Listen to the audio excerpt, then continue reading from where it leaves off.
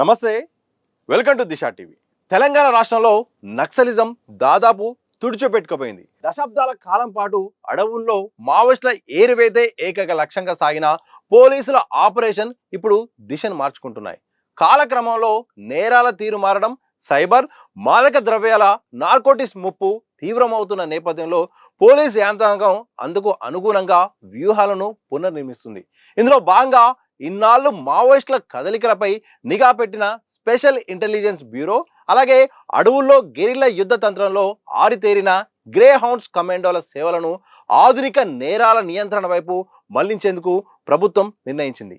ఈ సిబ్బందిని అవసరమైన సైబర్, నార్కోటిక్స్ విభాగాలకు బదిలీ చేస్తున్నట్టు రాష్ట్ర డీజీపీ సివి ఆనంద్ స్పష్టం చేశారు. ఇక 1989లో అప్పటి ఐపీఎస్ అధికారి కేఎస్ వ్యాస్ సారథ్యంలో ఏర్పాటైన గ్రే హౌండ్స్ అనతి కాలంలోనే దేశంలోనే అత్యుత్తమ యాంటీ నక్సల్స్ ఫోర్స్గా గుర్తింపు పొందింది. గత 37 ఏళ్లలో మావోయిస్టుల ఏరివేతలో అనేక విజయాలు సాధించిన ఈ విభాగం ఇతర రాష్ట్రాలకు ఆదర్శంగా నిలిచింది. ఇటీవల కేంద్ర ప్రభుత్వం నక్సల్స్ నియంత్రణ కోసం చేపట్టిన ఆపరేషన్ కగార్, దాని తోడు తెలంగాణ రాష్ట్ర ప్రభుత్వ మెరుగైన పునరావాస పథకాల ఫలితంగా మావోయిస్టుల కార్యకలాపాలు అత్యంత కనిష్ట స్థాయికి పడిపోయాయి. గత 2 ఏళ్ల వ్యవధిలోనే ఏకంగా 818 మంది మావోయిస్టులు పోలీసుల ఎదుట లొంగిపోయారు. అడవుల్లో వారి సంచారం దాదాపు లేకపోవడంతో ప్రత్యేక బలగాల అవసరం అటవీ ప్రాంతంలో తగ్గిపోయింది. ఈ క్రమంలోనే గ్రేహౌండ్స్, ఎస్ఐబి విభాగాల్లో మార్పులకు ప్రణాళికలు రూపొందించారు.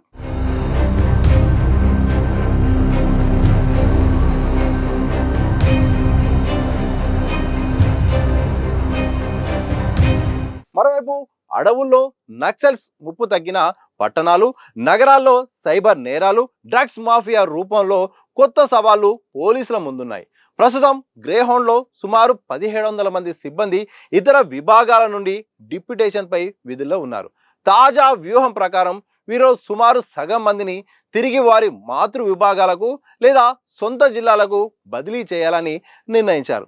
ఏళ్ల తరబడి శిక్షణ తీసుకుని ఆపరేషన్లలో రాటు తేలిన మిగిలిన గ్రే హౌండ్స్ కమాండోల అపార అనుభవాన్ని వృధా పోనివ్వకుండా రాష్ట్ర భద్రత కోసం కొత్తగా ఏర్పాటవుతున్న ఈగల్స్ ఫోర్స్లో వినియోగించబోతున్నారు. వీరిని సైబర్ సెక్యూరిటీ, డ్రగ్స్ కట్టడికి సంబంధించిన ప్రత్యేక బాధ్యతలు అప్పగించబోతున్నారు.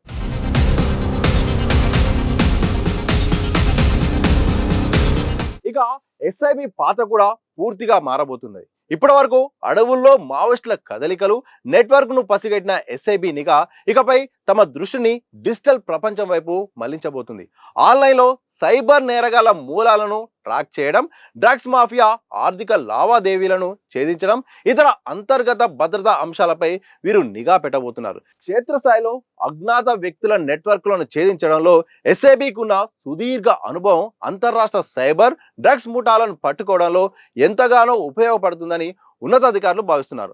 ఆయుధాలతో అడవుల్లో పోరాడిన బలగాలు ఇప్పుడు టెక్నాలజీని ఆయుధంగా మలుచుకొని ఆధునిక నేరాలపై పోరాడేందుకు సన్నద్ధం అవుతుండడం పోలీస్ శాఖలో సరికొత్త పరిణామంగా చెప్పవచ్చు.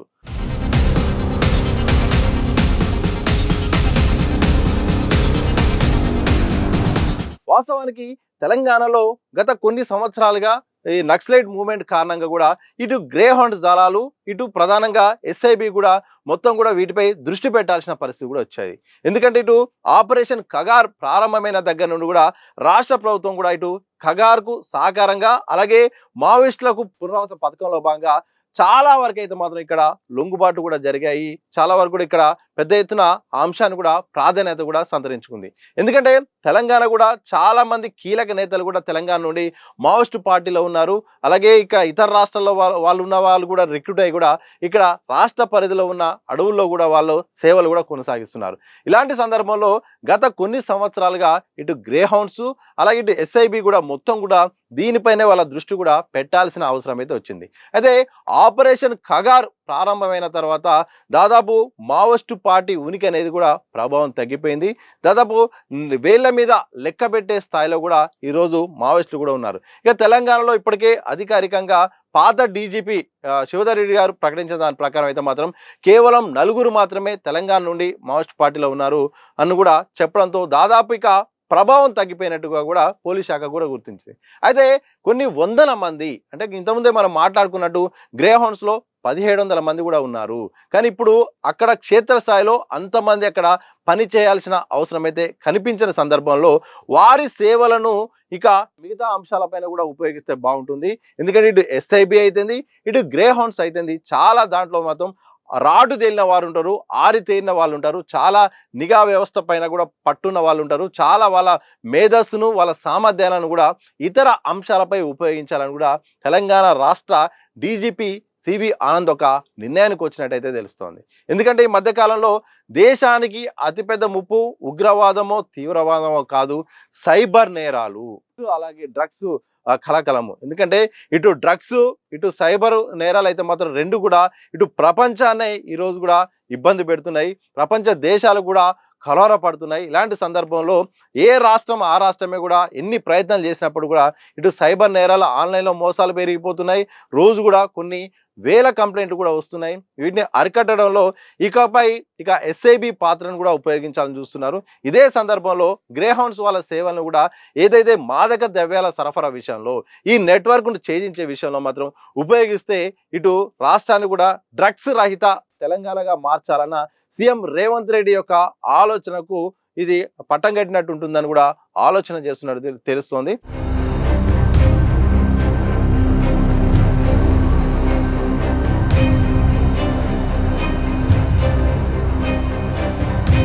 చూడాలి మరి. ఎందుకంటే ఒకవైపు ఇంతకాలం వరకు అయితే మాత్రం ఇటు గ్రే హౌండ్స్కి అయితేంది, అలాగే ఇటు ఎస్ఐబి పాత్ర కూడా పూర్తిగా దాదాపు ఎక్కువగా కూడా ఇటు మావోయిస్ట్ కదలికలపై కొంతకాలంగా అయితే మాత్రం పెట్టే ప్రయత్నంలో ఉన్నారు. అయితే ఇక తాజాగా మావోయిస్టుల ఉనికి ప్రభావం తగ్గడంతో మిగతా అంశాలు, అంటే ప్రధానంగా రాష్ట్రంలో ఇబ్బంది పెడుతున్న గంజాయి, డ్రగ్స్, సైబర్ నేరాలపైన ఇక ఆ సిబ్బందిని ఉపయోగించుకొని వాళ్ళ సేవలను ఉపయోగించాలని కూడా ఇప్పుడు రాష్ట్ర పోలీస్ యంత్రాంగం ఆలోచన చేస్తున్నట్టయితే తెలుస్తుంది. ఇదే సందర్భంలో ఎక్కువ మంది కూడా, అంటే ఇంతకుముందు డిప్యుటేషన్ మీద చాలా మంది కూడా ఇటు గ్రే హౌండ్స్లో ఉన్నారు. వాళ్ళను కూడా తమ సొంత ఎక్కడైతే వాళ్ళు రిక్రూట్ అయ్యారో అక్కడికి, అలాగే వాళ్ళ సొంత ఎక్కడైతే జిల్లా నుండి వాళ్ళు రిక్రూట్ అయ్యారో ఆ కేడర్కు మళ్ళీ పంపించి వాళ్ళ సేవలను సరైన విధంగా ఉపయోగించాలని రాష్ట్ర డీజీపీ భావించారట.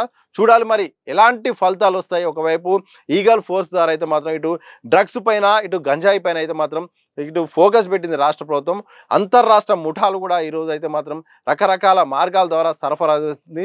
తెలంగాణ గ్రామాల్లోకి కూడా, అంటే గ్రామీణ ప్రాంతాల్లో కూడా ఈరోజు గంజాయి, డ్రగ్స్ చేరిందంటే ఏ స్థాయిలో ప్రభావం ఉందో అర్థం చేసుకోవచ్చు. అంటే దేశాన్ని, ప్రపంచాన్ని, రాష్ట్రాలను కూడా ఈరోజు మాదక ద్రవ్యాలు ఈరోజు పట్టి పీడిస్తున్నాయి. యువత కూడా మొత్తం కూడా విచ్చలవిడిగా వాటికి అలవాటై వాళ్ళ భవిష్యత్తును నష్టం చేసుకుంటున్నాయి, అనారోగ్య పాలవుతున్నాయి. ఈ సందర్భంలో మరి ఎలాంటి నిర్ణయం తీసుకుంటుంది, ఆ నిర్ణయ ఫలితాలు మరి గ్రే హౌండ్స్ అలాగే ఇటు ఎస్ఐబి పాత్ర ఎలా ప్రభావం చూపుతుందో మాత్రం ఈ యొక్క ప్రయోగం అయితే మాత్రం భవిష్యత్తులో తెలిసే అవకాశం ఉంది. ఏదేమైనప్పటికీ ఇటు సైబర్ అలాగే ఇటు ఏదైతే డ్రగ్స్ ఉందో ఈ డ్రగ్స్ కట్టడి కోసం అత్యంత శక్తివంతమైన, చాలా ప్రభావవంతమైన గ్రే హౌండ్స్ అలాగే ఎస్ఐబి యొక్క సిబ్బందిని, యంత్రాంగాన్ని కూడా ఉపయోగించుకోవడం కూడా ఒక మంచి పరిణామంగా భావించవచ్చు.